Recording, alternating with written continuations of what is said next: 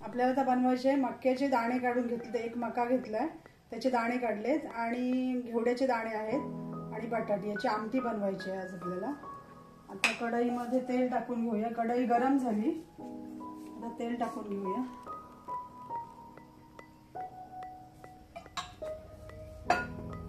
तेल पण गरम झालंय, राई टाकूया, राई जिरं, त्याच्यानंतर कांदा टाकूया, कढीपत्ता, कांदा आता जरा लाल करून घेऊया, थोडासा सोनेरी कलर येईपर्यंत। कांदा थोडासा लालसर झालाय, आता याच्यामध्ये हिंग घातला, हळद घातली आणि आता मसाला टाकायचा। तेलावर मसाला टाकायचा, मसाला छान होतो, टेस्टला पण चांगली लागते आणि येतावरून पण छान होते। थोडासा असा परतून घ्यायचा मसाला पण तेलात।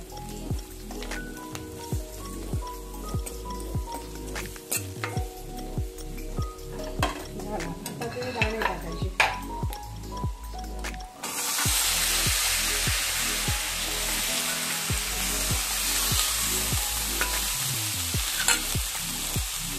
पाणी टाकूया,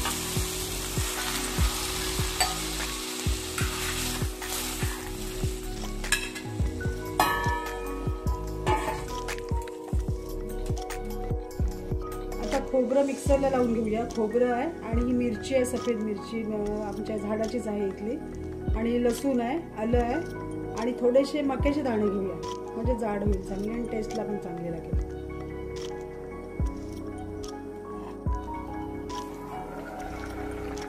आता आमटीचे दाणे चांगले शिजलेत, बटाट पण शिजले, मक्याचे दाणे पण शिजलेत।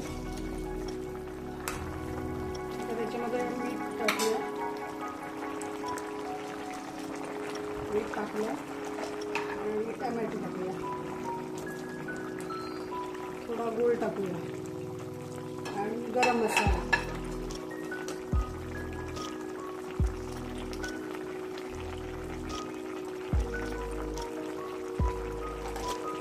आणि ते वाटण पण घालून घेऊया।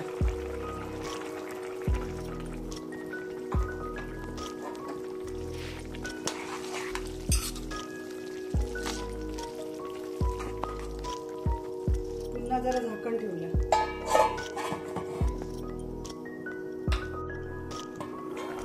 आता आमटी तयार झाली आणि आता कोथिंबीर घालून घेऊया, झाली। आता ही मक्याच्या दाण्यांची आमटी खूप छान होते आणि चौघांसाठी एक मका पण पुरेसा होतो।